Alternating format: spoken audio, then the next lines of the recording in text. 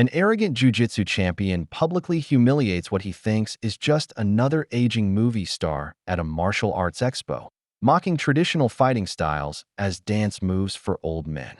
The 28-year-old bully and his crew livestream their harassment, deliberately targeting elderly masters while hundreds of spectators watch in uncomfortable silence. But the quiet man in the baseball cap isn't just some washed-up actor.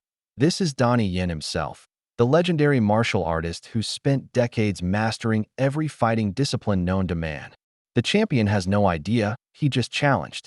A master who can end fights in seconds with techniques perfected through real combat. While the punk demands the movie guy step into the ring to prove traditional martial arts work, the legend quietly removes his cap and accepts the challenge. The bully's manager starts recording, thinking they're about to capture another easy victory for modern fighting. But they're actually filming their fighters' complete destruction. The expo crowd recognizes the legend and falls silent, knowing they're about to witness something unforgettable. What happens when you mock a master in front of his own people? Will the champion survive learning why some legends earn their reputation through blood and skill, not special effects? What happened next would shatter the bully's arrogance in under 60 seconds. Before we jump back and tell us where you're tuning in from. And if this story touches you, make sure you're subscribed, because tomorrow I've saved something extra special for you. The morning sun cast long shadows across the empty halls of the Los Angeles Convention Center as Frank Morrison made his final rounds before opening day. His weathered boots echoed against polished concrete as he walked through the West Coast Martial Arts Expo, clipboard in hand, checking off the last items on a list he'd been refining for 30 years. T65. Frank still moved with the purposeful stride of the Marine he'd once been. His gray mustache twitched as he surveyed the transformation of the sterile convention space into something that would soon pulse with the energy of 1,000 martial artists, vendors, and enthusiasts. 30 years, he muttered, pausing at the main demonstration area where workers were laying the final mats. 3 decades of organizing this expo, watching martial arts evolve from the disciplined traditions he'd learned in Vietnam to whatever passed for fighting these days. The early vendors were already arriving, wheeling in displays and setting up their booths. Frank nodded approvingly as Master Patricia Reeves directed the arrangement of her traditional weapons display, each sword and staff positioned with the same precision she brought to her forms. At 72, she still moved like poetry in motion. "Morning, Frank," called Master Chun from the bookstand, already arranging classic martial arts texts with reverent care. "Ready for another year of educating the masses?" Frank chuckled.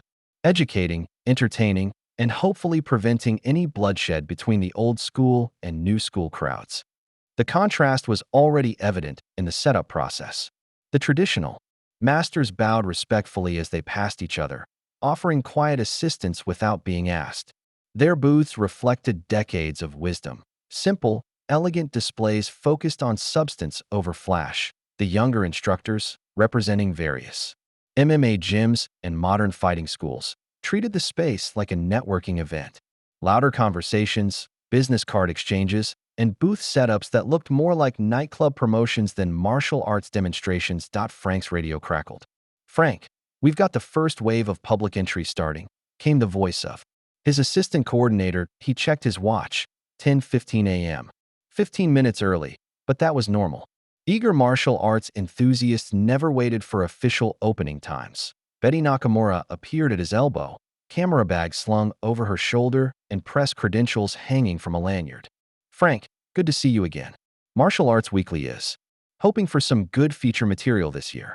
"Always a pleasure, Betty. Though I have to warn you, I've got a feeling this year might be more eventful than usual." She raised an eyebrow. "How so?" Frank gestured toward the main entrance where a commotion was building. Through the glass doors, he could see a convoy of black SUVs pulling up to the curb, their tinted windows and aggressive styling announcing their occupants before anyone stepped out. Because, Frank said, his Marine instincts already on alert, some people never learned the difference between making an entrance and making a scene. The peaceful morning atmosphere began to shift as vendors and early arrivals turned their attention toward the main entrance. Frank had seen this before. The arrival of modern fighters who treated traditional martial arts like a joke and the expo like their personal stage, he squared his shoulders, straightened his polo shirt, and prepared for whatever storm was about to blow through his carefully organized world. After 3 decades, Frank Morrison had learned that some years tested more than just organizational skills. "Here comes trouble," he muttered, watching the first SUV door swing open. Marcus, the mauler, Kellerman emerged from the lead SUV like a rock star taking the stage. Designer athletic wear clung to his heavily muscled frame, gold chains catching the morning light as he surveyed the convention center with obvious disdain.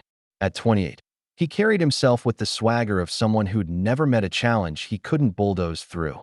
"Jesus, look at this place," Marcus announced to his entourage, his voice deliberately loud enough to carry. "Feels like a museum for dead fighting styles." Tony DeLuca slithered out of the passenger seat, already working his phone with one hand, while adjusting his expensive suit with the other. At 52, Marcus's manager had perfected the art of turning every moment into a potential profit opportunity. "Remember, this is content gold," Tony said, nodding to the social media manager who was already filming. "Play up the old versus new angle. Your followers eat that stuff up." The rest of Marcus's crew spilled out of the remaining vehicles, too. Training partners who served more as intimidating props than actual sparring partners, a nutritionist who doubled as a hype man, and various hangers-on whose main qualification was laughing at Marcus's jokes. Frank Morrison watched the circus from across the lobby, his jaw tightening as Marcus's voice echoed off the walls. Other vendors paused their setup to observe the spectacle, most with expressions ranging from annoyance to disgust. "Excuse me," Marcus called out to a passing worker, not bothering to learn the man's name. "We need the premium booth location, right up front where everyone can see us." "Sir, all booth assignments were made months ago based on what?" "Seniority." Marcus laughed, a harsh sound that made several nearby vendors wince. "This is 2025, Pops. People want to see real fighting, not some antique collecting dust." Tony appeared beside his client, flashing a practiced smile that never reached his calculating eyes. "What my client means is that we'd like to discuss upgrading our booth location. Surely there's something that can be arranged." The worker, clearly uncomfortable, gestured toward Frank Morrison. "You'll need to speak with the expo coordinator." Marcus's gaze fixed on Frank like a predator spotting prey. He swaggered over, his crew following like a pack of hyenas, while the social media manager kept the camera rolling. "You the guy in charge of this antique show?" Marcus asked, stopping just inside Frank's personal space. A calculated intimidation tactic. Frank had faced down enemy soldiers in rice paddies and bar fights in 3 different countries. An overgrown child in designer gear wasn't going to rattle him. "I'm Frank Morrison, expo coordinator." "And you are?" "Marcus Kellerman, the mauler. Maybe you've heard of me." When Frank's expression remained neutral, Marcus's confidence flickered for just a moment. "Undefeated MMA champion? Ring any bells in that old brain?" "Can't say it does," Frank replied, evenly. "But I'm sure you'll find your assigned booth location perfectly adequate for whatever you're selling." Marcus's face flushed. He wasn't used to not being recognized, much less dismissed. "What I'm selling? I'm selling the future of fighting, old man. These traditional martial arts you're peddling are about as useful as a cavalry charge and tank warfare." Around them, conversations had stopped. The expo's morning energy shifted from peaceful preparation to tense anticipation. Several traditional masters moved closer, not aggressively, but with the careful attention of experienced fighters recognizing a potential threat. "Every style has its place," Frank said diplomatically, though his voice carried a warning edge. "This expo celebrates all martial arts traditions." "Traditions?" Marcus laughed again, playing to his camera. "You mean dancing around in pajamas and pretending to be mystical warriors? Come on. This is 2025. We've evolved past that theatrical garbage." Master Reeves, adjusting her sword display 20 feet away, straightened slowly. Her elegant movements held the controlled precision of decades of training, but her eyes flashed with something harder than steel. "Perhaps," she said, her voice carrying clearly across the space, "you might learn something if you observed before making judgments." Marcus spun toward her, his expression lighting up with malicious glee. "Fresh prey." Oh, this is perfect. Grandma's going to teach me about real fighting. The modest sedan pulled into the parking lot at 11:15 a.m. without fanfare, its paint job showing the honest wear of daily use rather than the aggressive shine of Marcus's convoy. The man who stepped out moved with quiet economy, every gesture precise yet unhurried. Donnie Yen wore the uniform of invisibility, faded jeans, a plain gray t-shirt, and a baseball cap pulled low over graying hair. At 58, he possessed the kind of unassuming presence that allowed him to blend into crowds while missing nothing. He paid his entry fee at the front desk like any other visitor, offering a polite nod to the volunteer who handed him a program. No special treatment, no recognition, exactly how he preferred it. The expo floor bustled with the energy of opening day.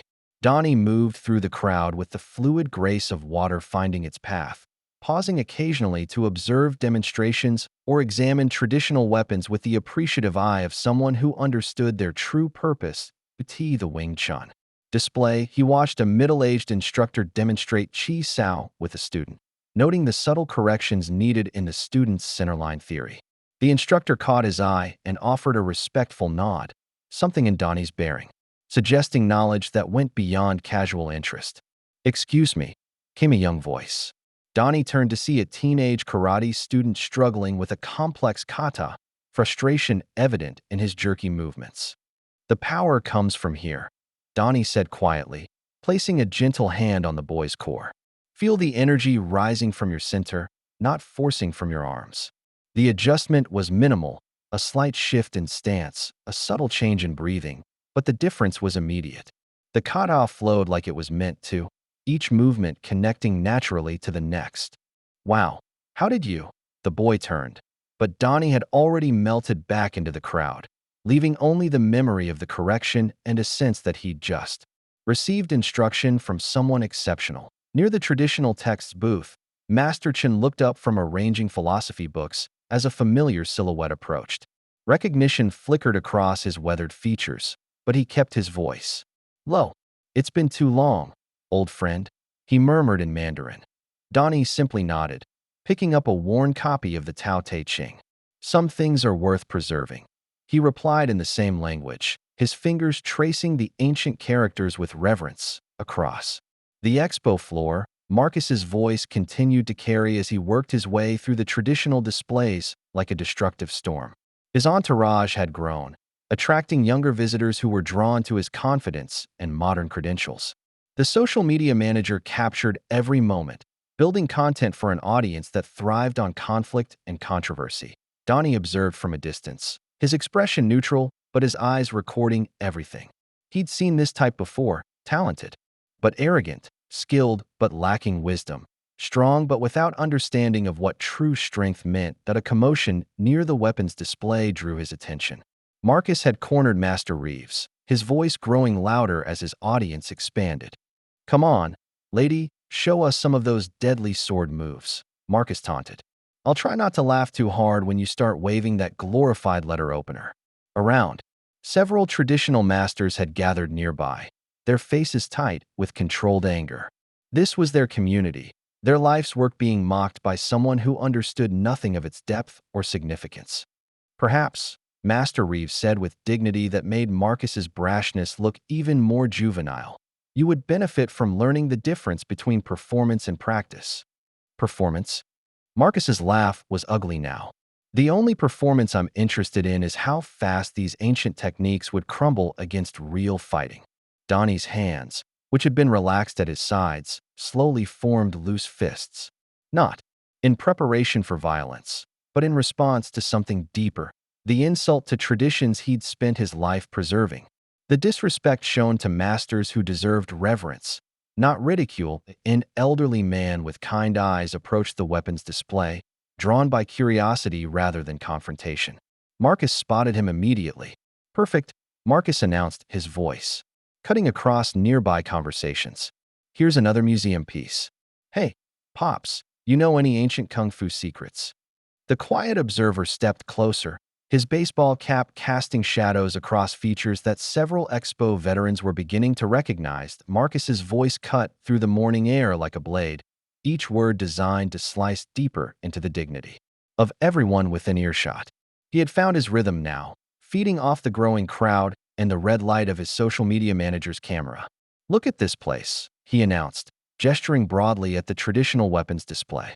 "It's like a Renaissance fair for people who think Bruce Lee movies are documentaries."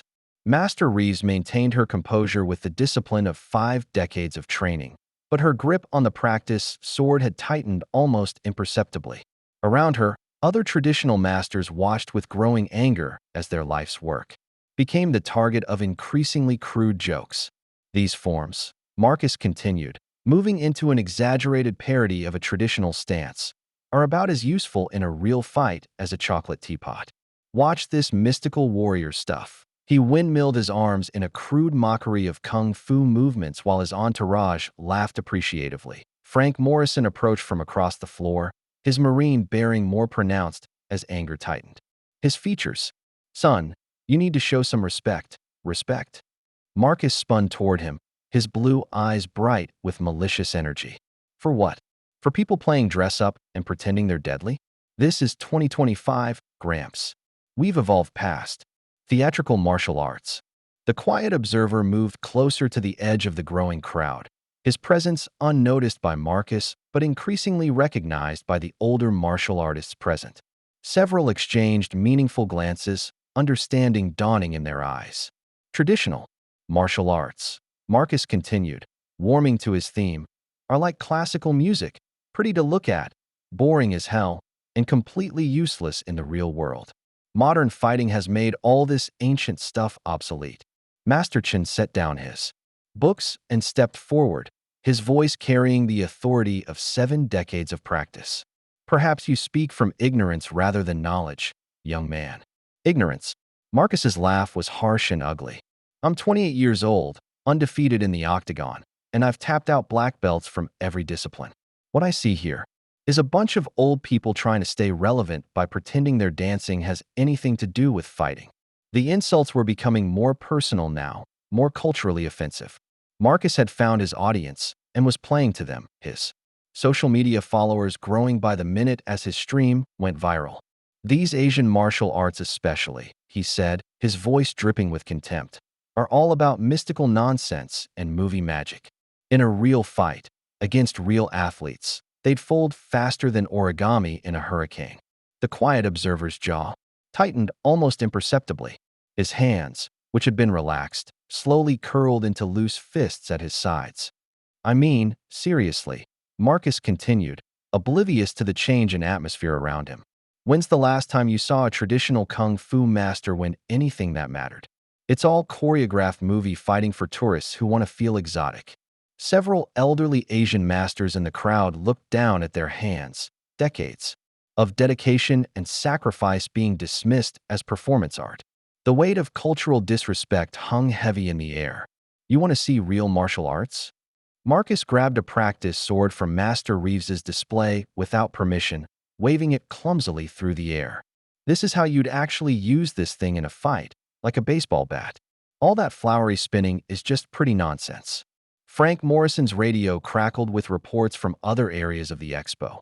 Marcus's behavior was disrupting the entire event, driving away families and creating an atmosphere of hostility that went against everything the expo represented. "That's enough," Frank said firmly, stepping directly into Marcus's path. "You're disrupting other exhibitors and guests." Marcus set down the sword but moved closer to Frank, using his height advantage as an intimidation tactic. "What are you going to do about it, old man? Throw me out? I'd love to see you try." The confrontation had reached a tipping point. Traditional masters stood in tense silence while Marcus's crew encouraged their fighter with catcalls and crude comments.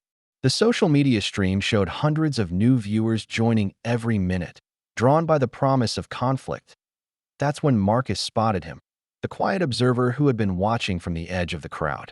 Something about the man's stillness, his calm attention, triggered Marcus's predatory instincts. "Perfect," Marcus announced, his voice carrying across the entire weapons area. "Here's exactly what I'm talking about. Look at this guy, probably thinks he's some kind of kung fu master because he saw a few movies." The observer remained motionless, but several people in the crowd began to shift nervously. Recognition was spreading like ripples through water. "Hey, Movie Kung Fu Guy. Marcus called out directly.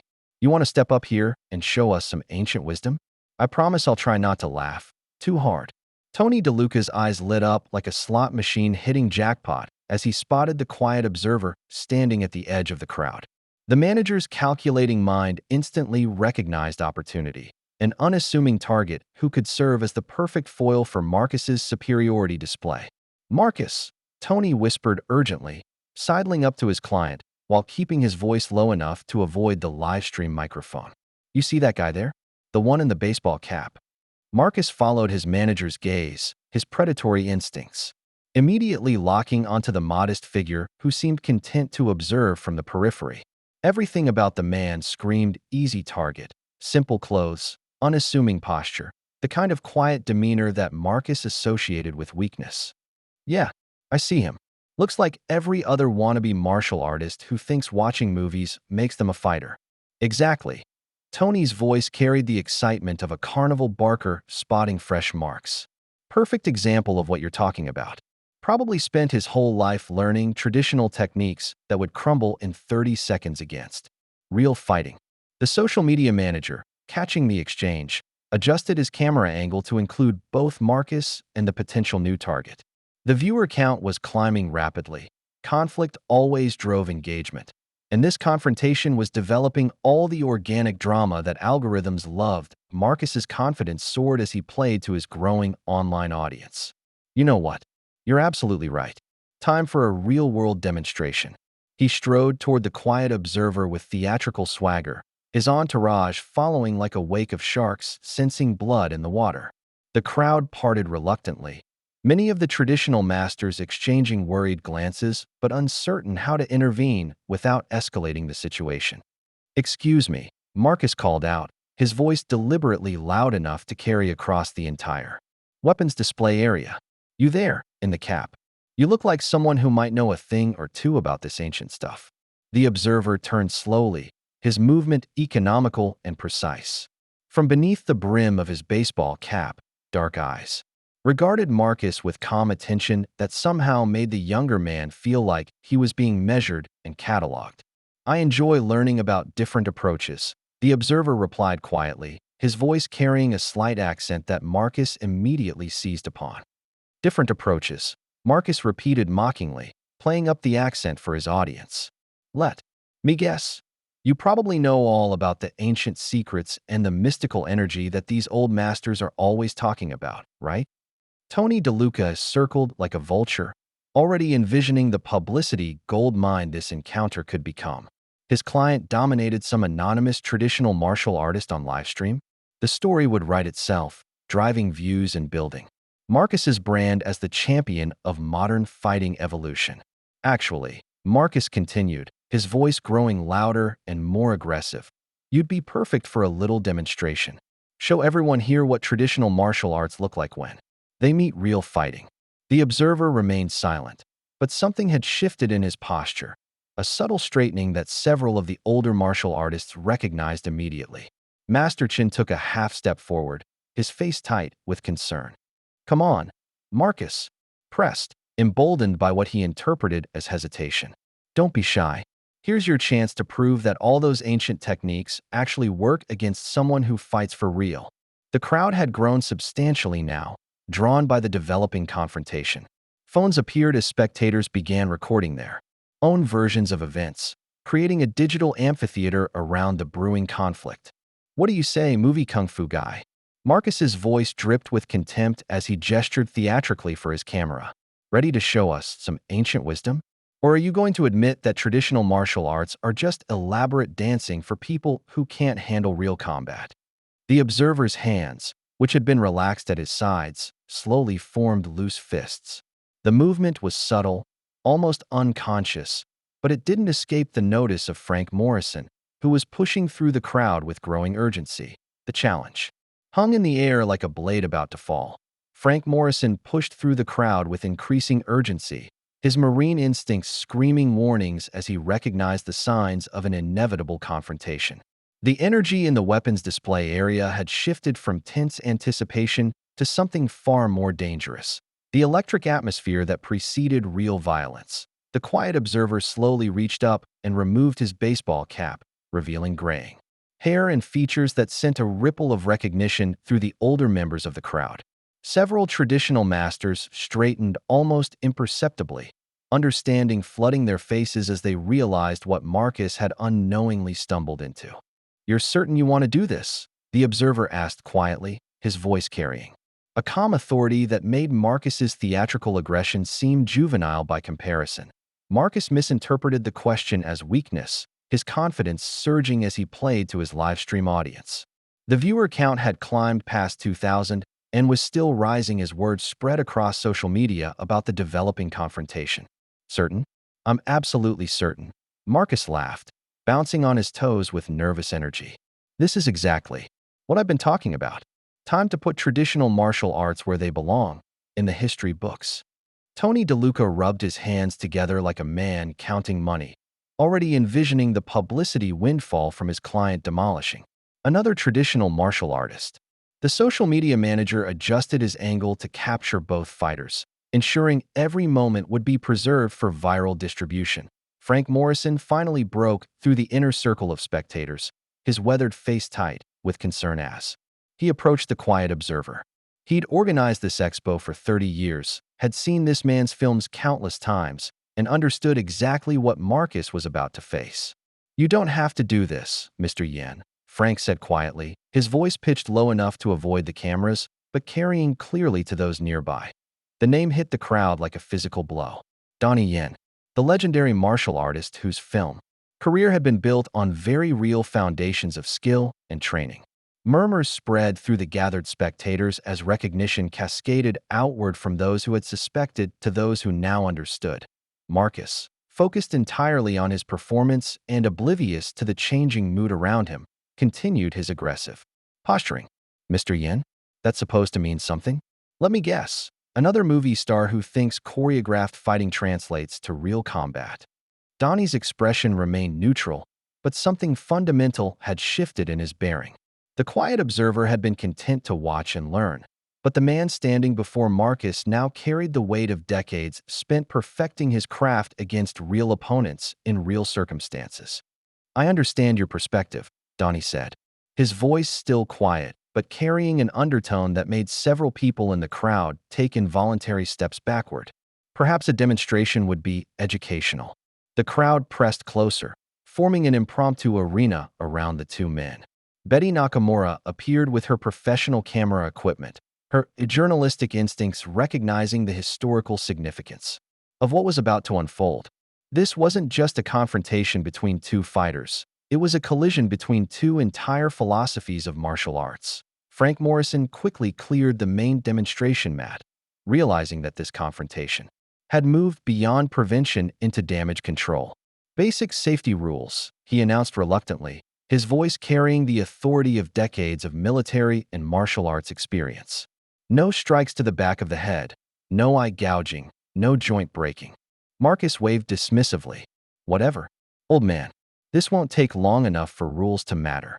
Donnie simply nodded, stepping onto the mat with movements that seemed almost casual but carried the precision of a master craftsman approaching his workbench. He removed his outer shirt, revealing a surprisingly muscular build beneath the simple tank top. "Last chance to reconsider," Donnie offered, his tone suggesting genuine concern rather than intimidation. That Marcus's response was to crack his knuckles theatrically while grinning for the cameras. "The only thing I'm reconsidering is whether this'll be too easy to be entertaining." Frank Morrison positioned himself as referee, his stomach tight with apprehension. "Gentlemen," he called out, his voice carrying across the silent crowd, "begin when ready." Frank Morrison's voice cut through the tension. "Begin." Marcus exploded forward like a predator sensing wounded prey, his athletic frame launching into an aggressive double-leg takedown that had ended dozens of previous fights. His confidence was absolute. This aging movie star would crumble under real pressure, providing perfect content for his growing online audience. But Donnie wasn't there. The legendary martial artist flowed around Marcus's charge like water around a stone, using minimal movement to redirect the younger man's momentum while remaining perfectly balanced. Wing Chun's centerline theory guided every step. each adjustment precise and economical. Marcus hit empty air and stumbled, his confidence flickering for the first time. He spun around, launching a wild haymaker punch followed by a grappling attempt, designed to drag the fight to the ground where his size and youth would dominate. Again, Donnie simply wasn't where the strike landed. He moved with supernatural timing, always one heartbeat ahead of Marcus's aggression, using traditional footwork that looked deceptively simple but required decades to master. Stand still and fight. Marcus snarled, frustration replacing his initial confidence. For 45 seconds, the pattern continued. Marcus attacked with textbook modern techniques, takedown attempts, submission setups, aggressive striking combinations, while Donnie demonstrated the flowing artistry of traditional martial arts. Every attack was neutralized through perfect positioning and timing rather than brute force. Then Marcus overcommit to a devastating right cross, putting his full weight behind a punch designed to end the confrontation. Donnie stepped inside the strike with Wing Chun precision, his left hand deflecting the incoming blow while his right delivered 3 lightning-fast strikes to specific nerve points along Marcus's shoulder and neck. The combination took less than half a second. Marcus's supporting leg disappeared as Donnie's sweep caught him perfectly off balance. The young champion hit the demonstration mat hard, his nervous system temporarily disrupted by the precise nerve strikes. Frank Morrison began counting while Marcus struggled unsuccessfully to regain his coordination, his body refusing to respond normally to his commands. Frank Morrison reached 10 while Marcus struggled on the mat like a fish out of water, his nervous system slowly recovering from Donnie's precise strikes. The crowd stood in stunned silence, phones capturing every moment of the young champion's complete humiliation. 10. Fight's over, Frank announced, but his voice seemed to come from underwater in the shocked atmosphere. Donnie immediately moved to help Marcus to his feet, genuine concern replacing any trace of aggression. Are you injured? The nerve disruption should pass quickly. Marcus jerked away from the offered assistance, his face burning with shame and rage as he realized hundreds of spectators had witnessed his defeat. His social media manager's camera had captured everything. 60 seconds of complete domination that would haunt his reputation forever. That was just. Marcus stammered, his usual arrogance shattered by the reality of his inadequacy. Tony DeLuca rushed onto the mat, his calculating mind already working damage control. Lucky shot. That was a fluke.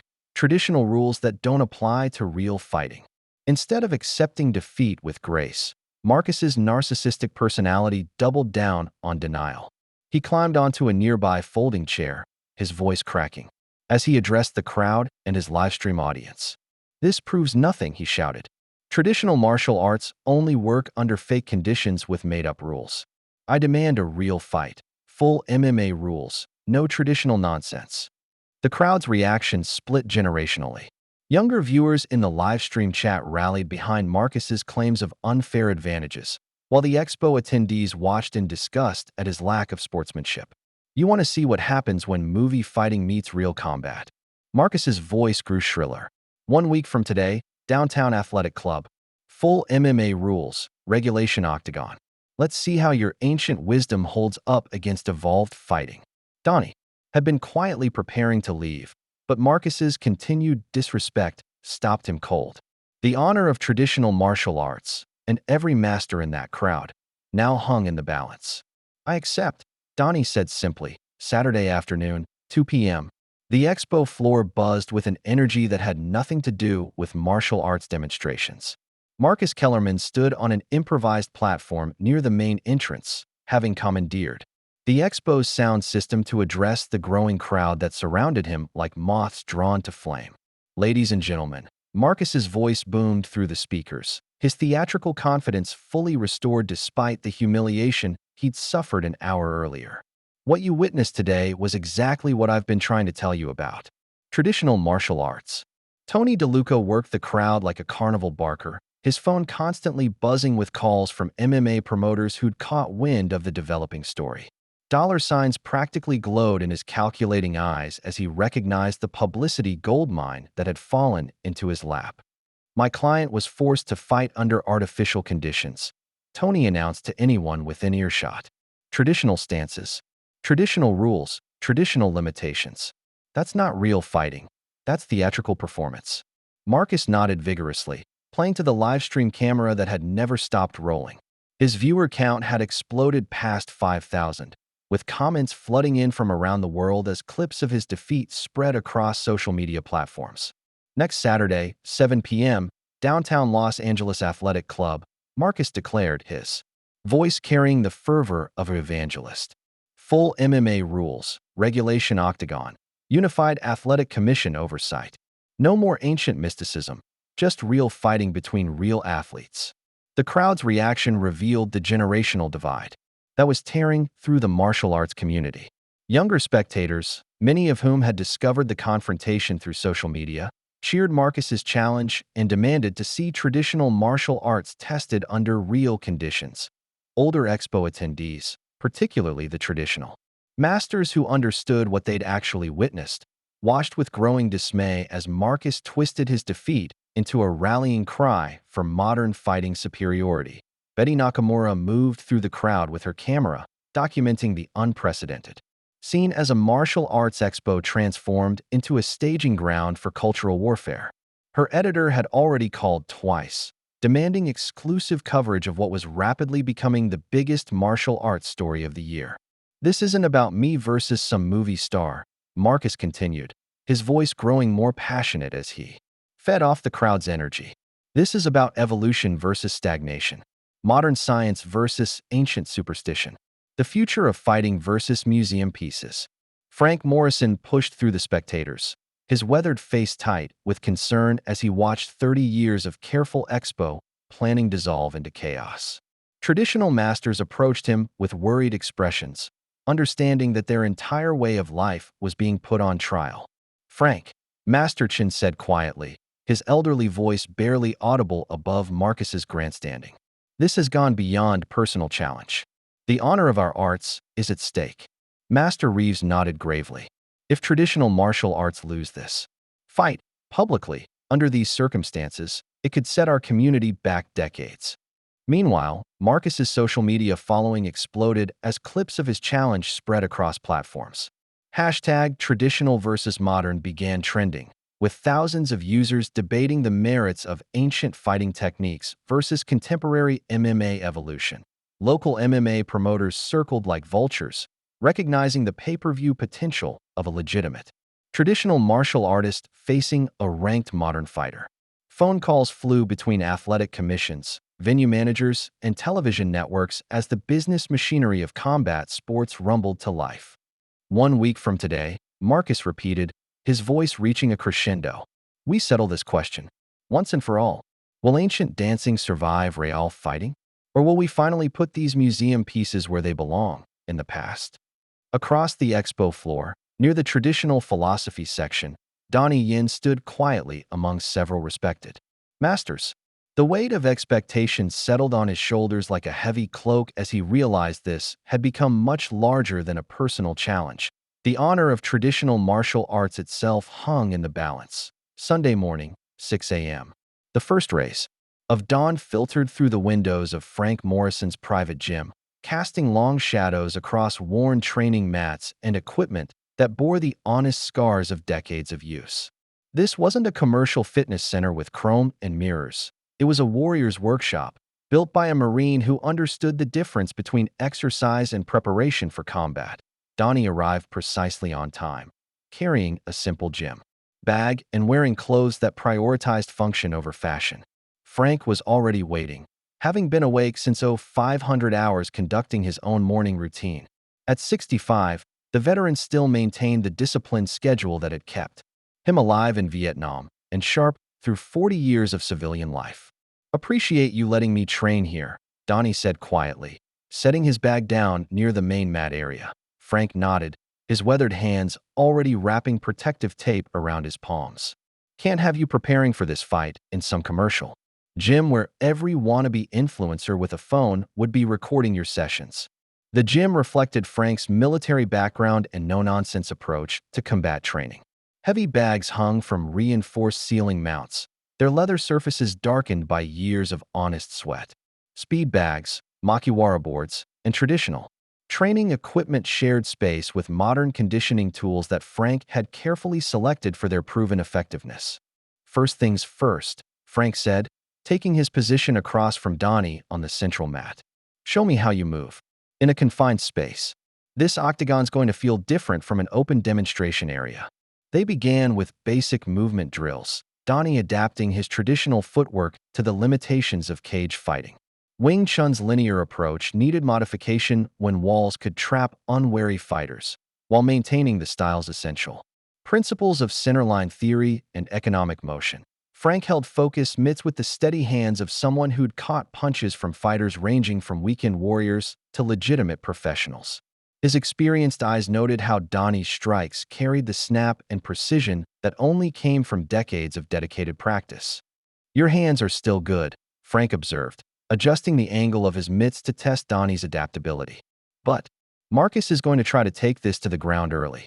Show me how traditional grappling translates to modern submission defense. They worked through scenarios that blended Wing Chun's close-range efficiency with practical cage fighting realities. Donnie demonstrated how traditional stances could prevent takedowns while maintaining striking opportunities, his movements flowing like water around Frank's attacks. In Nam, I learned some things about fighting that don't show up in any manual, Frank said during a brief rest, his voice carrying the weight of hard-earned experience. Real combat isn't about proving techniques work, it's about surviving while the other guy doesn't. Between training sessions, Frank shared stories that had nothing to do with sport and everything to do with staying alive when lives hung in the balance. These weren't tales meant to entertain, but lessons drawn from moments when hesitation meant death and victory required the kind of inner steel that couldn't be taught, only forged through adversity. Word spread quietly through the traditional martial arts community that Donnie was preparing for something significant. Old masters arrived throughout the morning, offering support and advice drawn from their own decades of experience. Master Chun brought ancient texts on combat philosophy, while Master Reeves demonstrated weapon principles that translated to empty-hand fighting. You're not just representing yourself anymore, Frank observed as they concluded the morning session, both men seated quietly on the mat sharing tea in the traditional manner. Donnie nodded gravely, understanding the weight that had settled on his shoulders. Some things are larger than personal pride. Outside, the morning sun climbed higher, marking the beginning of a week that would test more than just fighting techniques. It would examine the very soul of martial arts itself. Monday morning, 9 a.m. The Marriott downtown Los Angeles buzzed with the controlled chaos of a major press conference as Betty Nakamura pushed through the crowded lobby, her camera bag cutting a path through reporters from ESPN, UFC Tonight, and various martial arts publications who had descended on the story like moths to flame.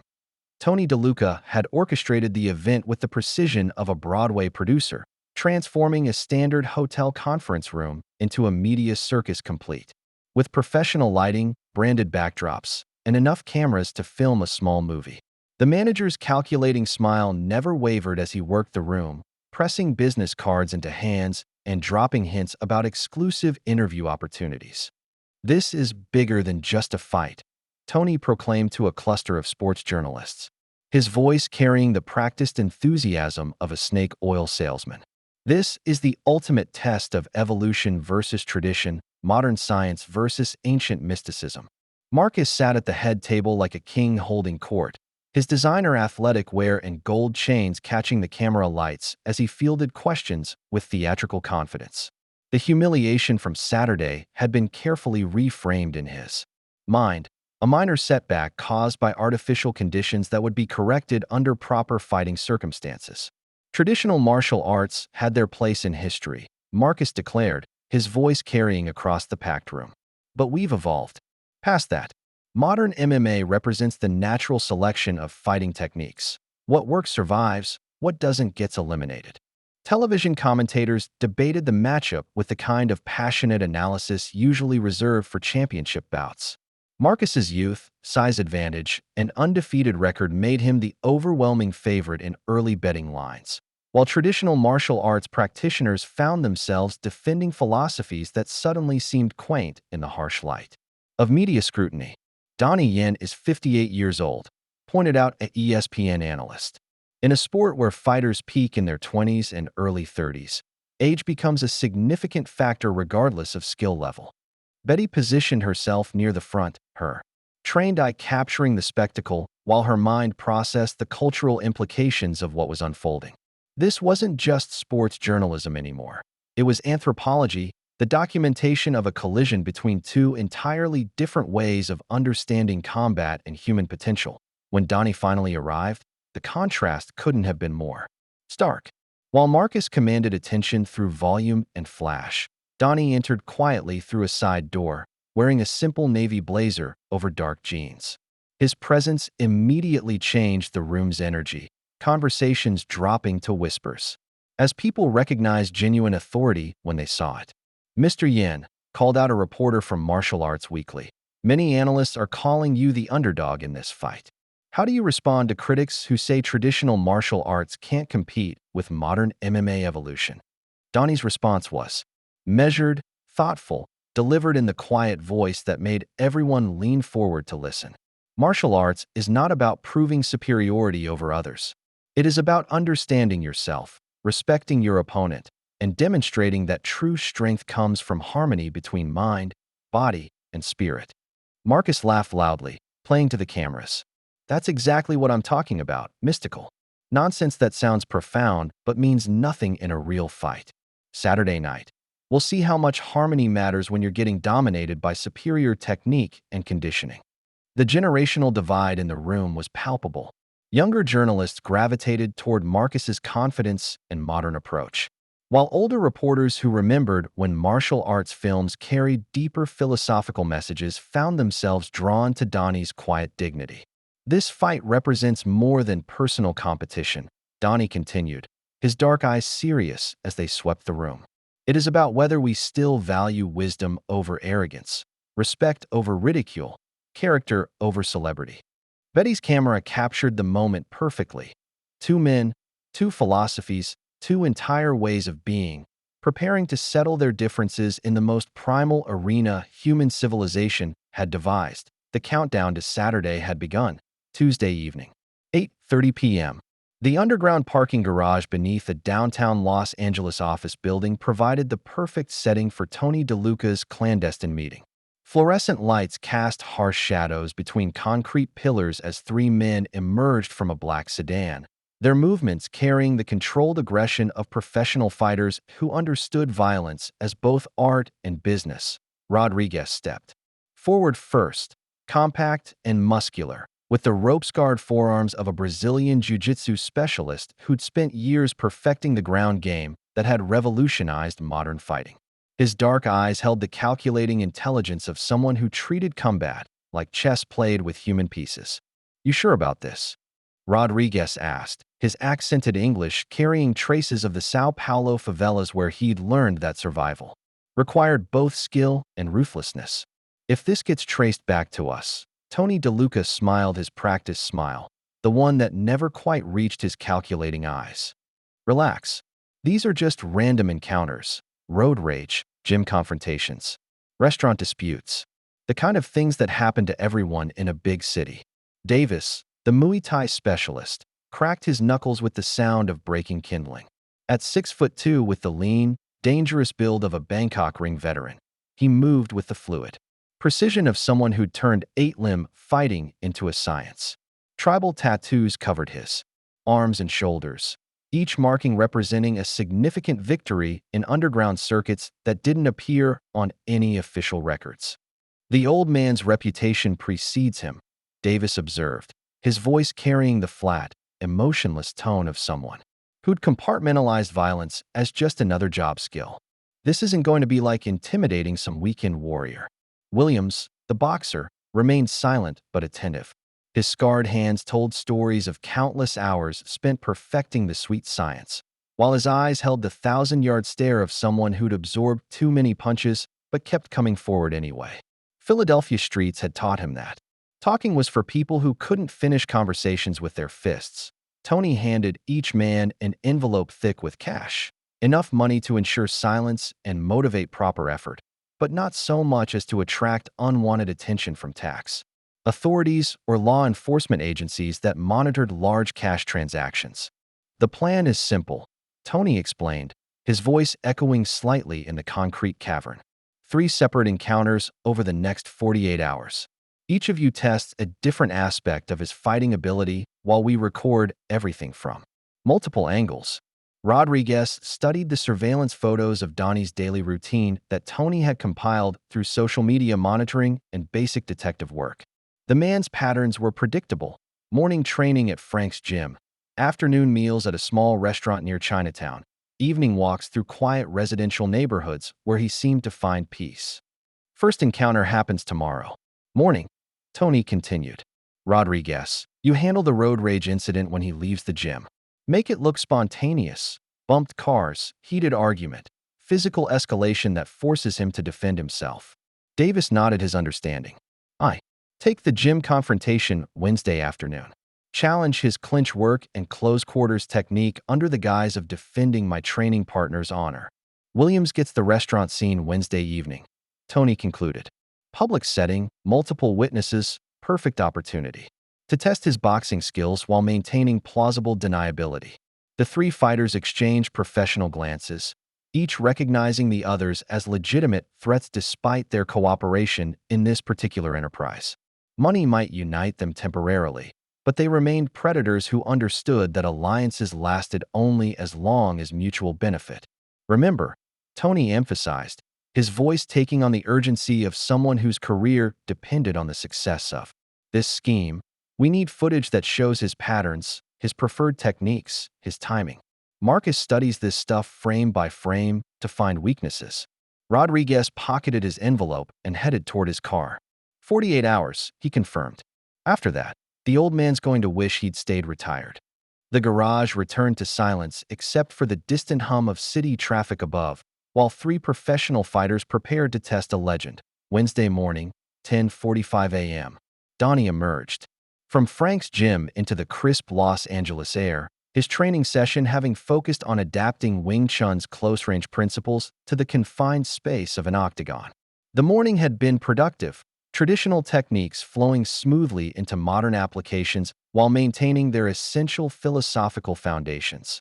His modest sedan sat in the small parking lot behind the gym, positioned where Frank's military paranoia had suggested, away from street visibility, with clear sight lines in all directions.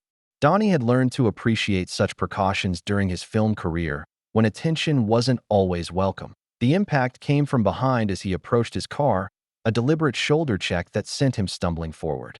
Rodriguez had timed his approach perfectly, emerging from behind a parked van with the casual aggression of someone starting a spontaneous confrontation. Hey, watch where you're going, old man. Rodriguez snarled, his accent thick with manufactured outrage. Donnie turned slowly, his dark eyes immediately assessing the situation. The man was young, athletic, with the rope-burned forearms and confident stance of a serious grappler. This wasn't random road rage. This was a test. I apologize, Donnie said quietly, his voice carrying no challenge. I didn't see you there. Apologize. Rodriguez stepped closer, invading personal space with the practiced intimidation of someone who used physical presence as a weapon. You think sorry fixes everything? You people come into our neighborhood, acting like you own the place. From across the street, a panel van's tinted windows concealed multiple camera angles capturing every moment of the encounter. Rodriguez had positioned himself perfectly to force Donnie into demonstrating his defensive capabilities while maintaining the appearance of spontaneous conflict. I have no desire for trouble, Donnie replied, his hands remaining relaxed at his sides despite his body's subtle shift into a more balanced stance. Rodriguez suddenly shoved him hard in the chest, a move designed to trigger defensive reactions while appearing like escalating anger. No desire for trouble? Then maybe you shouldn't be walking around like you're better than everyone else. The push was answered with textbook Wing Chun sensitivity training. Donnie absorbed the force while redirecting it, using Rodriguez's momentum against him in a movement so subtle it looked almost accidental. The Brazilian found himself off balance, stumbling slightly as his aggression met empty space. Recognizing genuine skill, Rodriguez shifted tactics. He feinted another push, but instead dropped low for a double-leg takedown, a move that had worked against countless opponents who lacked proper grappling defense. Donnie's response was immediate and precise. His hands found Rodriguez's shoulders, while his hips shifted backward, using leverage and timing to sprawl out of the takedown attempt. What followed was 30 seconds of high-level grappling as Rodriguez tried various submission setups, while Donnie demonstrated how traditional martial arts could neutralize modern ground fighting through proper positioning and joint sensitivity. "Enough," Donnie said finally, his voice carrying quiet authority as he established distance between them. "This accomplishes nothing."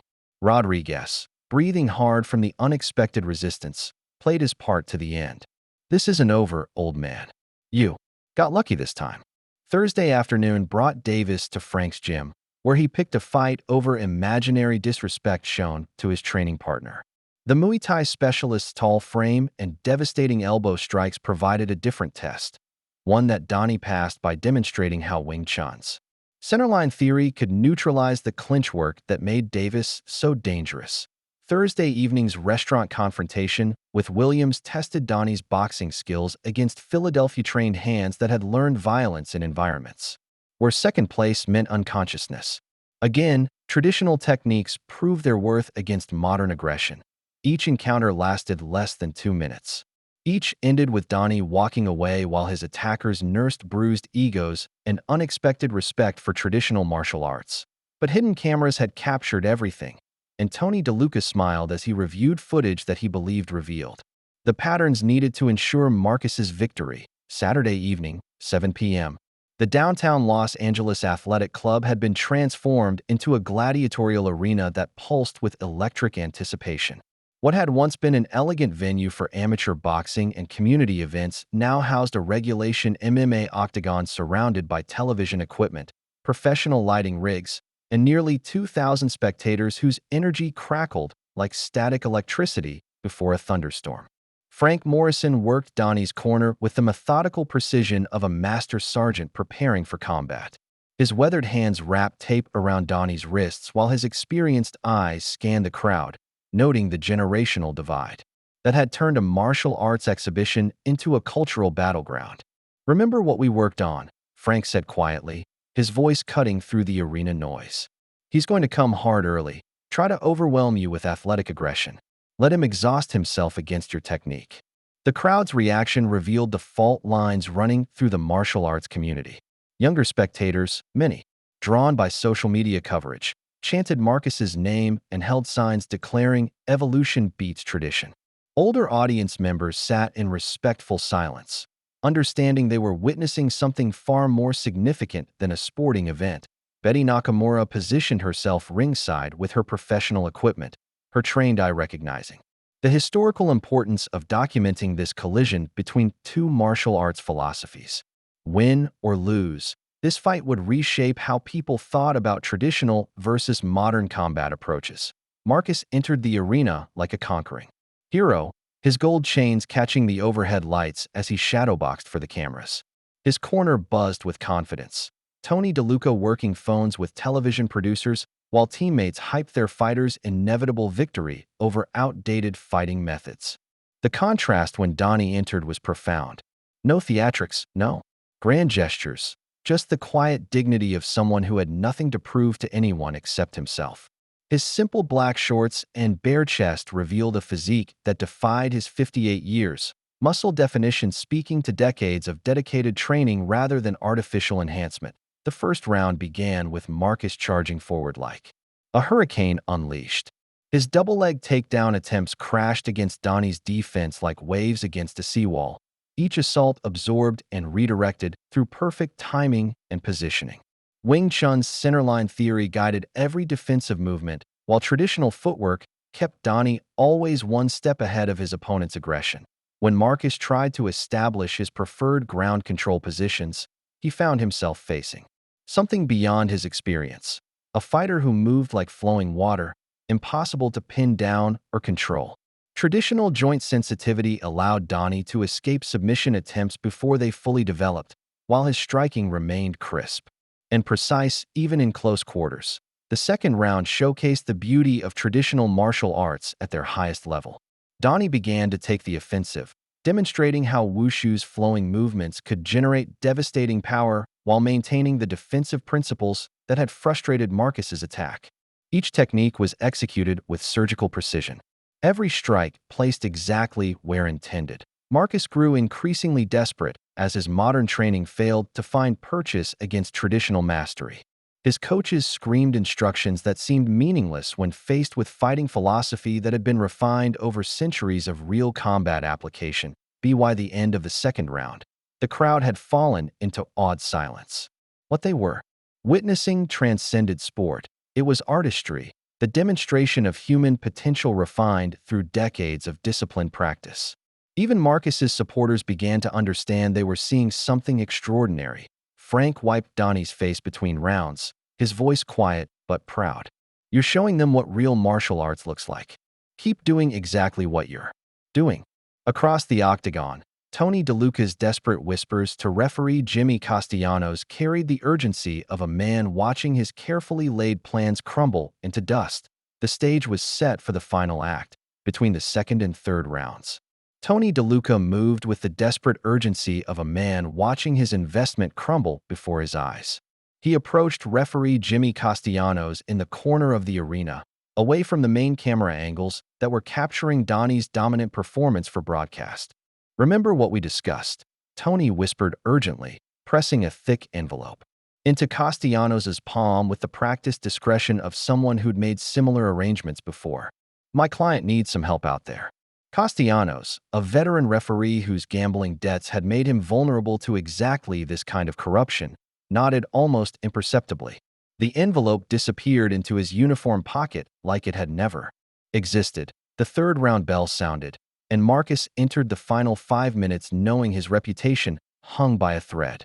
2 rounds of complete domination by traditional martial arts had left him gasping for air, while Donnie appeared as fresh as when the fight began. But now the dynamics began to shift in subtle, insidious ways when Marcus threw an obvious eye poke. Disguised as a jab, Castellanos was suddenly looking elsewhere, checking imaginary issues with the timekeeper. Donnie flinched back from the illegal contact, his left eye immediately beginning to water, but no warning was issued. Keep your guard up, Castellanos called out, as if Donnie's defensive positioning was somehow inadequate rather than Marcus's technique being blatantly illegal. The crowd began to murmur as Marcus grew bolder with his infractions. Small joint manipulation during grappling exchanges went unnoticed when Castellanos positioned himself to block the view of both judges and cameras. Strikes to the back of the head were ignored when the referee's body created convenient blind spots. Frank Morrison's protests from the corner were met with warnings to stay back, while Marcus's team cheered what they claimed was their fighter's comeback against traditional techniques. What the hell is going on out there? Betty Nakamura muttered, her professional camera capturing several obvious fouls that somehow escaped official notice. Marcus landed a knee to Donnie's ribs during what should have been a clean break, the impact audible throughout the arena, but Castellanos was suddenly fascinated by something on the opposite side of the octagon. The crowd's energy shifted from appreciation to confusion as the most obvious infractions went unaddressed. With 2 minutes remaining in the round, Marcus set up his planned finishing sequence. Everything depended on perfect timing and Castellanos' cooperation. As Donnie moved forward with what should have been a fight-ending combination, the corrupt referee stepped directly into his line of sight. Watch your positioning, Castellanos called out, his body blocking Donnie's view of Marcus's illegal upward elbow strike. The blow caught Donnie perfectly at the base of his skull, a strike that would have drawn immediate disqualification in any legitimate contest. Instead, Castellanos' positioning made it appear accidental to most spectators, while the devastating impact sent shockwaves through Donnie's nervous system. Marcus recognized his moment and unleashed a brutal combination, while Donnie struggled to recover his equilibrium. For the first time in the fight, the legendary martial artist appeared vulnerable, his balance compromised by the illegal strike that had scrambled his inner ear. The tide had turned through cheating, and Marcus pressed his advantage without mercy. The illegal elbow strike reverberated through Donnie's skull like a lightning bolt, disrupting the delicate balance mechanisms that had allowed him to flow like water around Marcus's previous attacks. The base of the skull, where spine met brain, was precisely the target that ethical fighters avoided and dirty fighters exploited. Marcus recognized the opportunity immediately. Years of studying fight footage had taught him to identify the moment when an opponent's defenses cracked and Donnie's suddenly unsteady movement screamed vulnerability. Without hesitation, he unleashed a vicious combination of strikes while the legendary martial artist struggled to regain his bearings that a straight right hand snapped Donnie's head back, followed by a left hook that caught him as he tried to circle away from the cage wall. The precision, timing, and flow that had made him untouchable for 2 rounds disappeared as his compromised equilibrium betrayed decades of training. Frank Morrison screamed protests from the corner, his voice lost in the arena noise as spectators tried to understand how their hero had suddenly become vulnerable. The veteran's experienced eyes had caught the illegal strike that changed everything, but his protests fell on deliberately deaf ears. "Keep fighting," Castellanos called out, waving the action to continue despite Donnie's obvious distress. Marcus pressed forward like a shark sensing blood in the water. Another combination landed flush as Donnie's traditional defensive patterns faltered under the neurological disruption. The crowd watched in shocked silence as the man who had dominated the first 2 rounds now appeared mortal, fallible, struggling against an opponent who moments before had seemed hopelessly outclassed.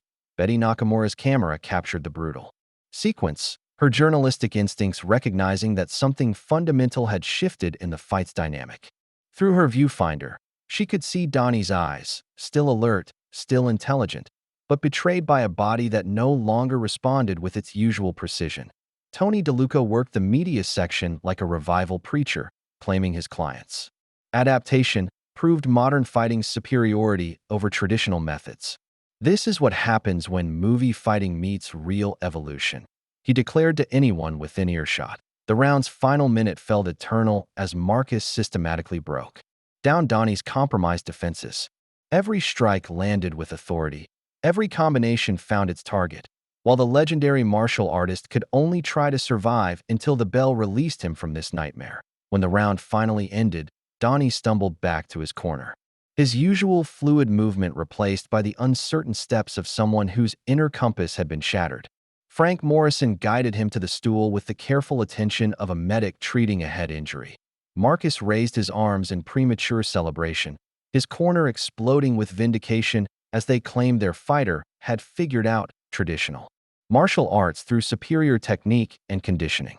The arena buzzed with confusion and excitement as spectators tried to process the dramatic reversal they'd witnessed.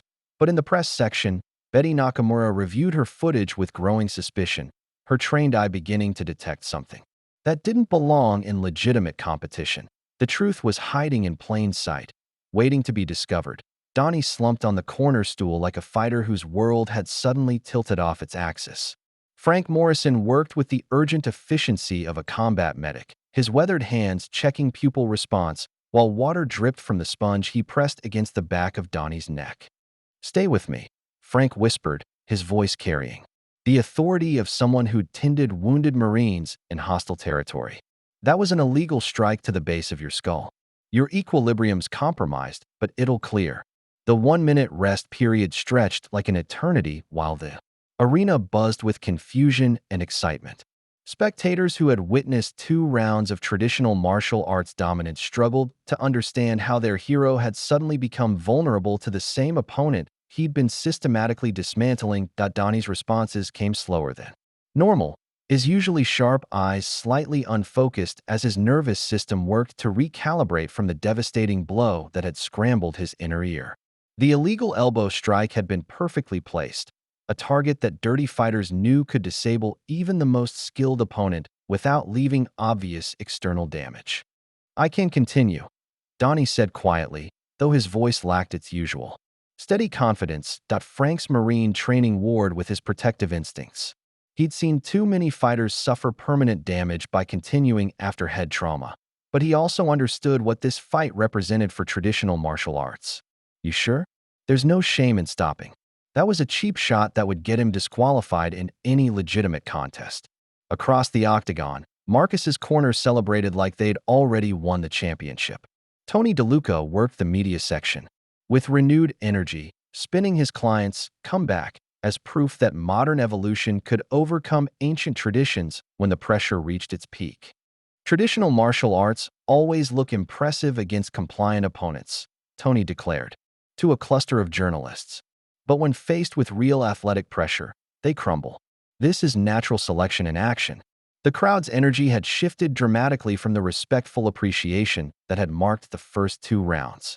Younger spectators, many streaming the fight live on their phones, erupted with excitement at Marcus's apparent breakthrough. The generational divide that had simmered throughout the week now boiled over into open conflict between traditional and modern martial arts philosophies. Betty Nakamura sat in the press section, frantically reviewing footage on her camera's LCD screen. Her journalistic instincts screamed that something was wrong with the fight's sudden shift in momentum. She'd covered enough combat sports to recognize the difference between legitimate technique and questionable circumstances. Master Chun and Master Reeves watched from the crowd with heavy hearts, understanding that if Donnie lost after being compromised by illegal tactics, traditional martial arts would face decades of ridicule and dismissal. Their life's work hung in the balance while a corrupt referee allowed cheating to masquerade as legitimate competition. 10 seconds, the timekeeper announced. Frank gripped Donnie's shoulders, his green eyes intense with the focused determination that had kept him alive through 2 tours in Vietnam. Remember who you are? Remember what you represent. These aren't just techniques you learned. They're principles that have been tested by masters for centuries. Donnie nodded slowly, some clarity returning to his dark eyes despite the ongoing effects of the illegal strike. Some things transcend personal victory. The warning buzzer sounded, indicating 5 seconds until the final round began. Around the arena, thousands of spectators held their breath as they prepared to witness either the vindication of traditional martial arts or their complete humiliation on the world stage. Marcus bounced on his toes in the center of the octagon, confident that his illegal advantage had broken the legendary fighter's mystique. But across from him, Donnie Yen slowly rose from his corner stool, and something in his bearing suggested that legends didn't die easily. The final round was about to determine more than just a winner. It would decide the future of martial arts. Philosophy itself. Betty Nakamura's fingers flew across her camera's playback controls, her trained journalist's eye catching details that the arena's chaos had obscured.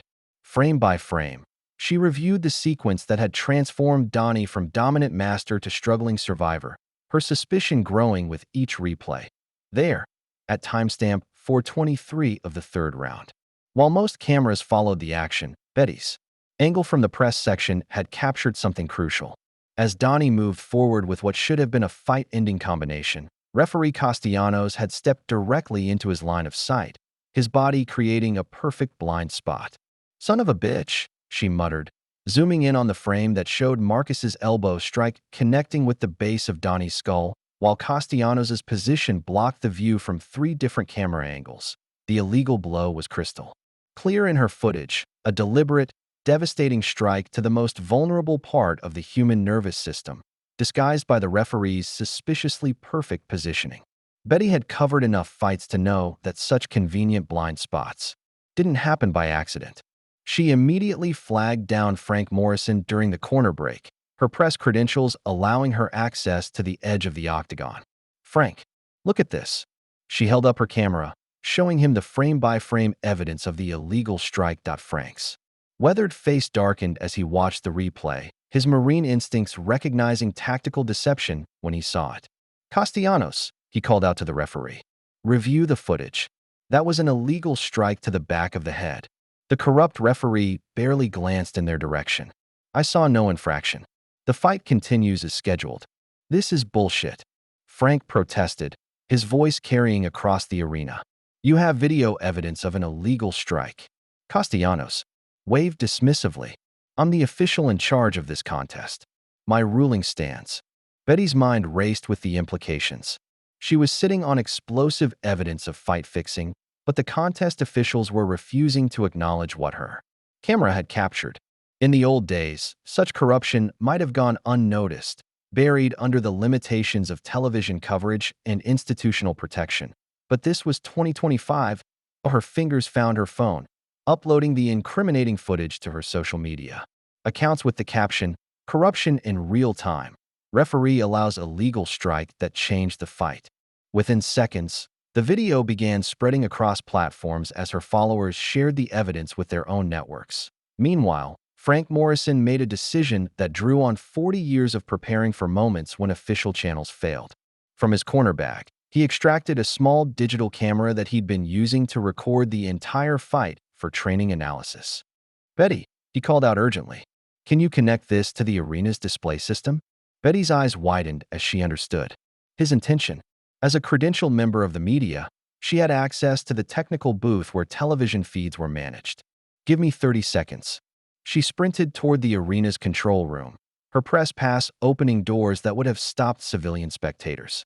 The technical crew, focused on managing the live broadcast, barely noticed as she connected Frank's camera to the auxiliary input system that fed the arena's giant screens. Back in the octagon, the 10-second warning sounded for the final round. Marcus bounced confidently while Donnie prepared to face his opponent despite his compromised condition. Neither fighter knew that the truth was about to be revealed to everyone present. Frank Morrison's finger hovered over his camera's playback button. In his military experience, the moment when lies met evidence was often the moment when entire battles changed direction. He'd documented every second of the fight, and now he was about to broadcast the proof of Marcus's cheating to 2,000 spectators and countless online viewers. The final round bell rang. But before either fighter could move, Frank pressed play. Every screen in the arena suddenly displayed the crystal-clear footage of Marcus's illegal elbow strike, captured from the perfect angle that showed exactly what Castellanos had helped conceal. The crowd erupted in outrage as the truth finally came to light. The arena erupted in a cacophony of outrage as Frank's footage played on every screen, showing Marcus's illegal elbow strike in devastating clarity. 2,000 spectators watched the evidence of cheating unfold in high definition while the corrupt referee scrambled to stop the broadcast that was exposing his complicity. But something deeper was happening in the center of the octagon. Donnie stood motionless as the crowd's anger washed over him like a purifying wave. The vindication of his honor, the exposure of his opponent's deception, the validation that his suffering had been caused by cheating rather than inadequacy. All of it combined to restore something fundamental that had been shaken by the illegal strike. His eyes closed for a moment, and in that brief silence amid the chaos, decades of training and philosophy coalesced into perfect clarity. This wasn't about proving traditional martial arts superior to modern methods. This wasn't about personal victory or public recognition. This was about something far more essential: the protection of principles that transcended individual achievement. When his eyes opened, they held the serene focus of a master who had rediscovered his center. Marcus, his face flushed with embarrassment and rage at being exposed, charged forward with desperate aggression. His reputation was crumbling in real time as social media exploded with footage of his cheating, and violence was the only response his limited emotional range could produce. But the man he attacked was no longer the compromised fighter who had struggled through the previous round. Donnie began to move with a fluidity that seemed to bend the very air around him.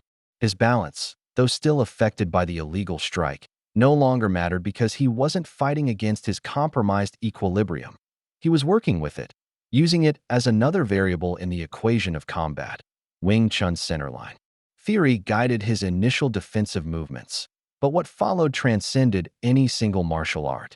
Elements of Wushu's flowing power merged seamlessly with street fighting's pragmatic efficiency. While the philosophical foundations of traditional training provided the mental framework that allowed technique to become art, that Marcus's wild right hand was deflected so subtly that it appeared to miss on its own. His follow-up combination struck empty air as Donnie occupied spaces that shouldn't have been available, moving through gaps that existed only because he understood angles and timing at a level that went beyond conscious thought. The crowd fell silent as they witnessed something extraordinary. This wasn't just skilled fighting.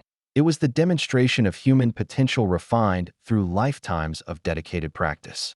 Every movement flowed naturally into the next, each technique emerging from perfect awareness of distance, timing, and opportunity. Marcus grew increasingly desperate as his attacks found nothing substantial to strike.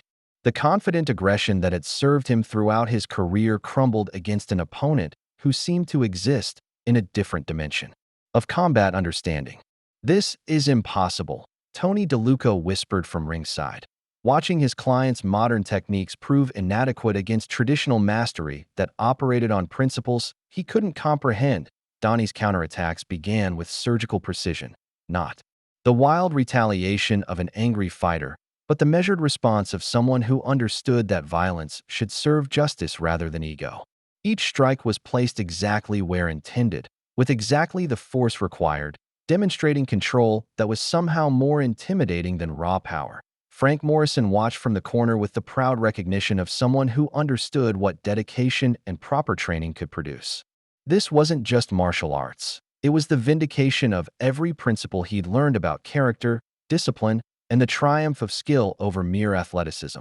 The arena held its collective breath as traditional martial arts, exposed and vindicated, began to demonstrate why some legends earned their status through genuine mastery rather than marketing and hype. Marcus was about to learn the difference between winning and deserving victory. The transformation was immediate and absolute. With his honor vindicated and the truth exposed to the world, Donnie moved with a precision that seemed to slow time itself. Marcus's desperate charge met not resistance, but redirection, as Wing Chun's centerline theory guided each defensive movement with mathematical perfection. But what followed transcended any single martial art. Donnie's response was a masterclass in combat philosophy made manifest. His left hand deflected Marcus's wild haymaker while simultaneously setting up a trap that drew the younger fighter deeper into danger. The movement looked effortless, almost gentle, but it positioned Marcus exactly where Donnie wanted him. Off balance, overextended, and completely vulnerable. The first counterstrike came from Wushu's flowing arsenal, a back fist that traveled in a perfect arc, connecting with Marcus's temple with just enough force to disrupt his coordination without causing permanent damage. The technique was beautiful in its economy, demonstrating power without brutality, effectiveness without cruelty. Marcus staggered but came forward again, his training taking over where his consciousness faltered. He threw a desperate combination, left hook, right cross, uppercut, techniques that had ended fights against lesser opponents, but now seemed clumsy and telegraphed against traditional mastery. Donnie flowed around the attacks like water around stones, each movement guided by principles that had been refined through centuries of real combat application. His footwork carried echoes of ancient forms while adapting perfectly to modern circumstances, proving that true martial arts transcended the artificial boundaries between traditional and contemporary approaches. The crowd watched in reverent silence as Donnie began to demonstrate why he had become legendary. This wasn't movie fighting or choreographed performance. This was combat artistry at its highest level, where technique became expression and violence became a form of education. Marcus's second win died as quickly as it had come. His athletic conditioning, which had served him well against conventional opponents, proved inadequate against someone who fought with both physical skill and philosophical understanding. Every punch he threw was answered, every takedown attempt redirected, every aggressive advance turned into a lesson about the limitations of strength without wisdom. Donnie's strikes began to accumulate like compound interest. A palm strike to the solar plexus folded Marcus slightly forward, setting up an elbow to the shoulder that numbed his left arm. When Marcus tried to clinch, traditional grappling principles allowed Donnie to maintain perfect positioning while delivering precise knee strikes to the body that sapped his opponent's remaining strength. "He's not just fighting him," Betty Nakamura whispered into her camera, documenting every moment of the systematic dismantling. "He's teaching him." The education was both physical and philosophical. Each technique demonstrated not just its immediate effectiveness, but its place within a larger system of combat understanding. Marcus was experiencing firsthand the difference between learning techniques and understanding principles, between memorizing moves and embodying martial philosophy. Tony DeLuca worked frantically at ringside, screaming instructions that seemed meaningless when applied to what was happening in the octagon. Modern training methods had no answer for this level of integrated skill, where fighting became an expression of character rather than mere athletic ability. Marcus's guard began to drop as exhaustion and accumulated damage took their toll. His breathing became labored, his movements sluggish, while Donnie appeared as fresh as he had at the beginning of the fight. Traditional conditioning methods had prepared him not just for physical demands, but for the mental and spiritual challenges of real combat. The end was approaching with mathematical inevitability. Marcus threw one final, desperate overhand right, a technique that relied purely on power and aggression rather than skill or timing. Donnie stepped inside the punch with Wing Chun precision, his response carrying all the accumulated wisdom of decades spent perfecting his craft. The final sequence would demonstrate conclusively why some legends were built on foundations of genuine mastery. But Marcus's final desperate overhand right carried all his remaining strength and the last vestiges of his shattered confidence.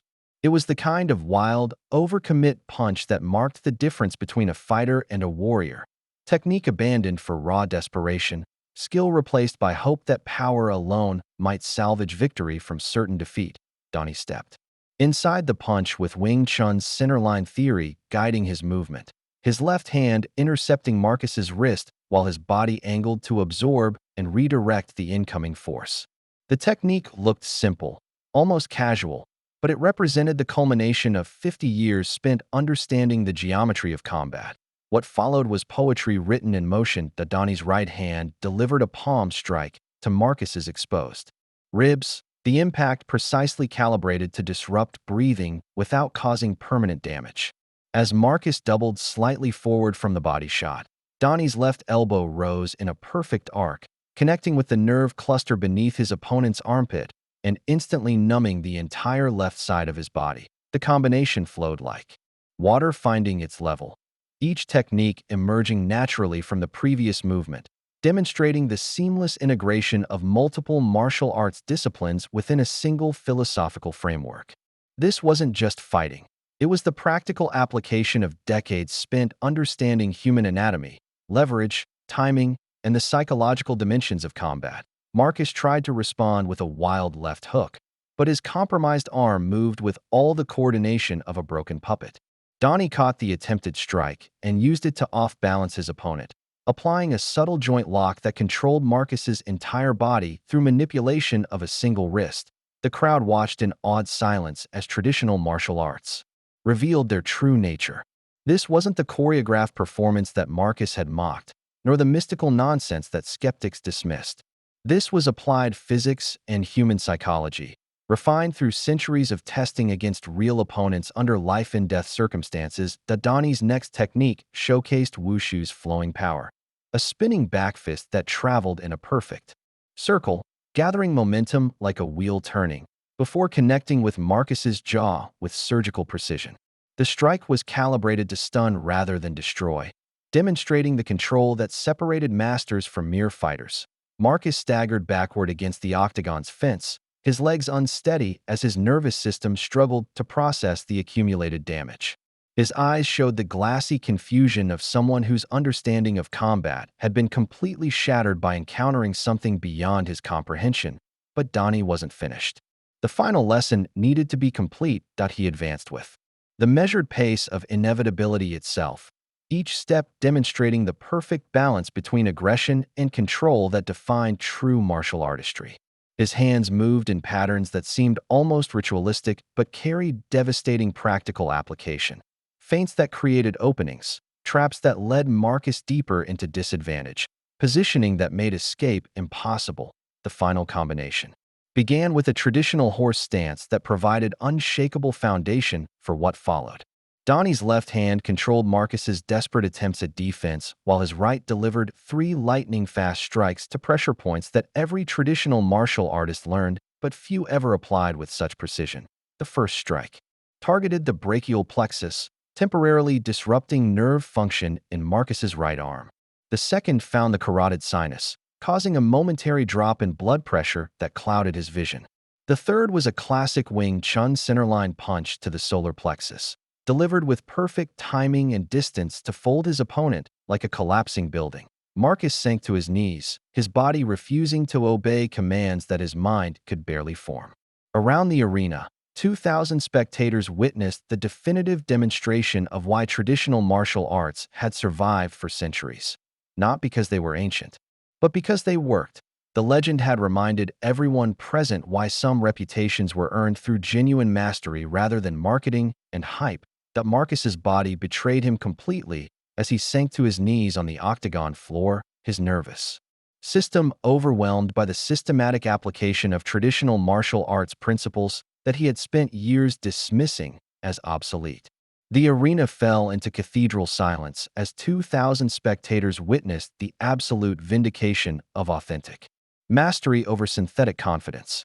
Referee Jimmy Castellanos found himself in the impossible position of officiating a fight that had exposed his own corruption to the world. The evidence of his complicity in Marcus's cheating played on endless loop across social media platforms. While he stood helplessly in the center of an octagon that had become a courtroom for martial arts justice. "Stop the fight." Frank Morrison's voice cut through the silence like a blade, his marine authority demanding immediate action as Marcus swayed on his knees, clearly unable to continue. Castellanos raised his hand reluctantly, his voice barely audible as he announced what everyone already knew: winner by technical knockout.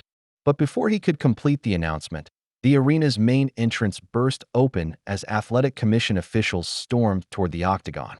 Betty Nakamura's social media posts had reached the Nevada State Athletic Commission within minutes. And emergency protocols had been activated the moment evidence of referee corruption surfaced.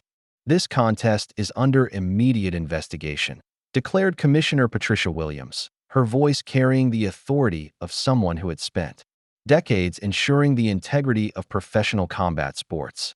All officials are suspended pending review of the evidence. The crowd erupted as Castellanos was escorted from the octagon in handcuffs, his corruption finally facing the consequences that honest fighters had demanded for years.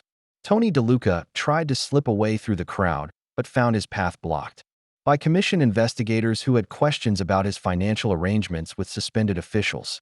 "Mr. Kellerman," Commissioner Williams announced through the arena's sound system, "pending review of tonight's evidence, you are hereby stripped of all current titles and suspended from sanctioned competition until further notice."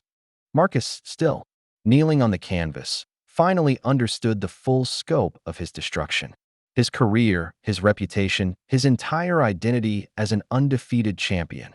All of it crumbled in real time as the consequences of his cheating became official.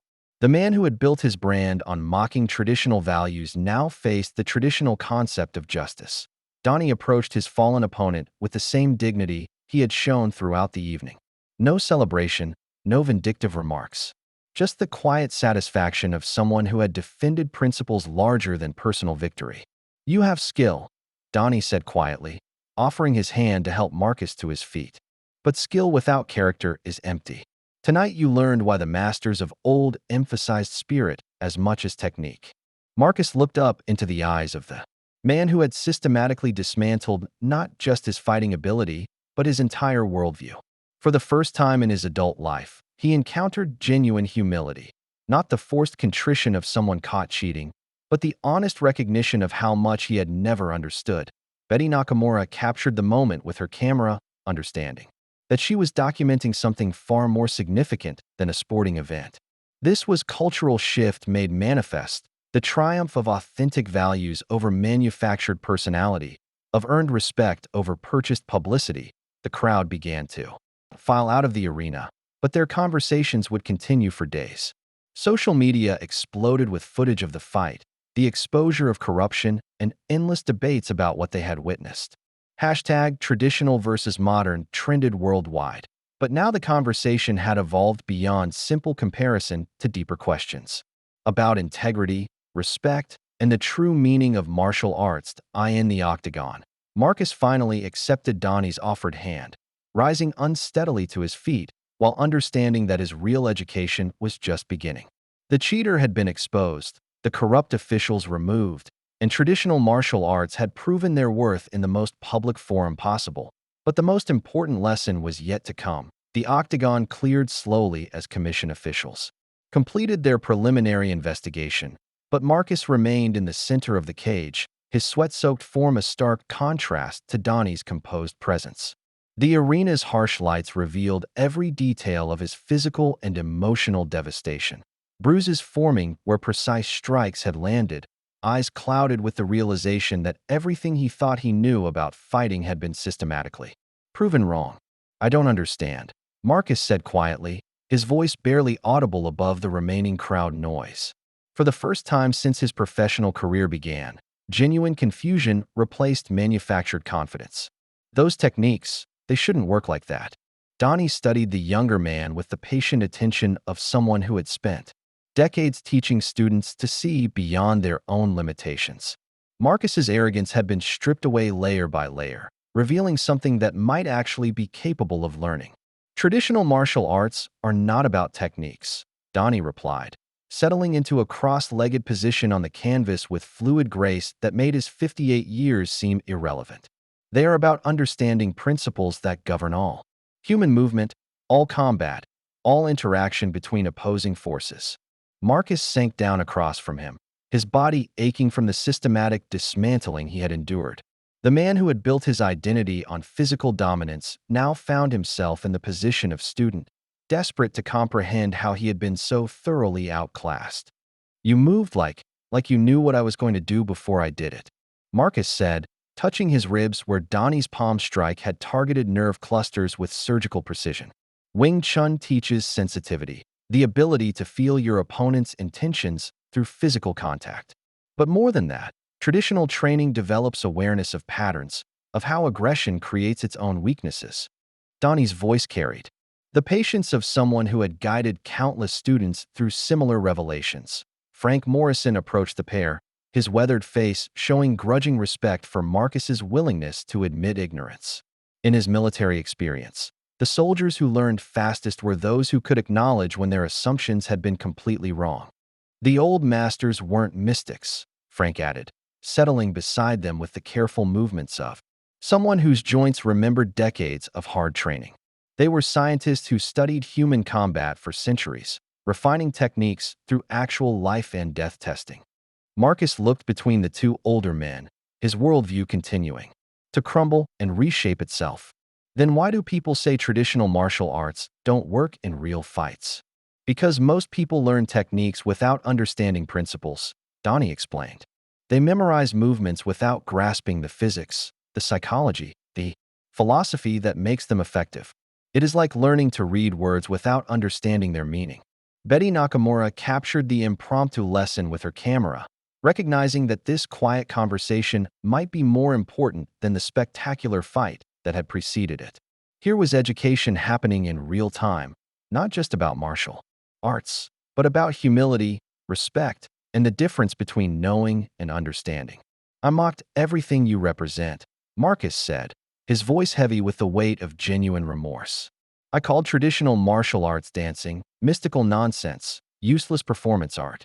And yet you are here, wanting to learn," Donnie observed, with something that might have been approval. "That desire to understand is more valuable than any technique." Arrogance closes the mind to possibility. Humility opens it to wisdom. The arena had largely emptied now, leaving the four of them alone, under the bright lights. Around them, equipment crews began the process of breaking down the temporary setup, but the real dismantling had already occurred. The systematic destruction of ignorance, pride, and the false confidence that came from confusing skill with understanding. Marcus's education was about to begin in earnest, but first he needed to complete his journey from opponent to student. Sunday morning arrived with the gentle warmth of California sunshine filtering through the convention center's skylights as the West Coast Martial Arts Expo prepared for its final day. The events of Saturday night had transformed what should have been a routine closing ceremony into something approaching a pilgrimage, as martial artists from across the country arrived to witness the aftermath of the fight that had redefined their community. Donnie stood at the center of the main demonstration area, no longer the quiet observer who had blended into crowds just a week earlier. Word of his victory, and more importantly, his conduct afterward, had spread through traditional martial arts circles like wildfire, drawing masters and students who wanted to learn from someone who had proven that authentic skill still mattered in a world obsessed with spectacle. Marcus approached through the gathering crowd, his movements careful, and deliberate as healing bruises reminded him of lessons learned through direct experience. Gone was the gold jewelry, the designer athletic wear, the swagger that had announced his presence to every room he entered. In their place was the simple attire of a genuine student, plain GI, bare feet, and the kind of humility that could only come from having one's illusions completely shattered. Sifu, Marcus said quietly, using the traditional term of respect as he bowed properly for the first time in his adult life. Donnie returned the bow with the same depth and sincerity, treating his former opponent as he would any sincere student seeking knowledge. Around them, the demonstration area filled with practitioners representing every style and tradition, young and old, Eastern and Western, traditional and modern, all united by the understanding that martial arts was about more than winning fights. Today, we practice together, Donnie announced, his voice carrying clearly across the assembled group.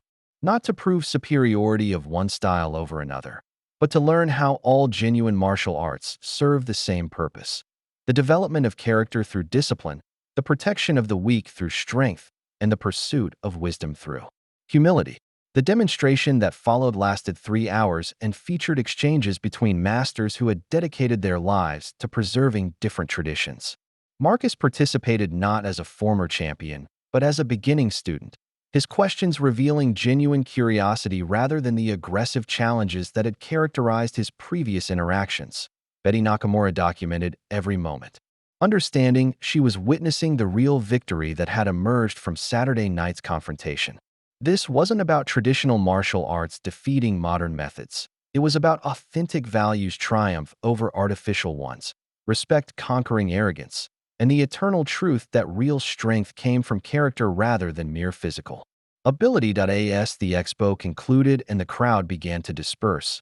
Marcus remained behind, his transformation from bully to student complete. Some legends, it turned out, were worth preserving not because they belonged to the past, but because they pointed toward a better future. If you like the story, please watch another story on our channel and subscribe to the channel.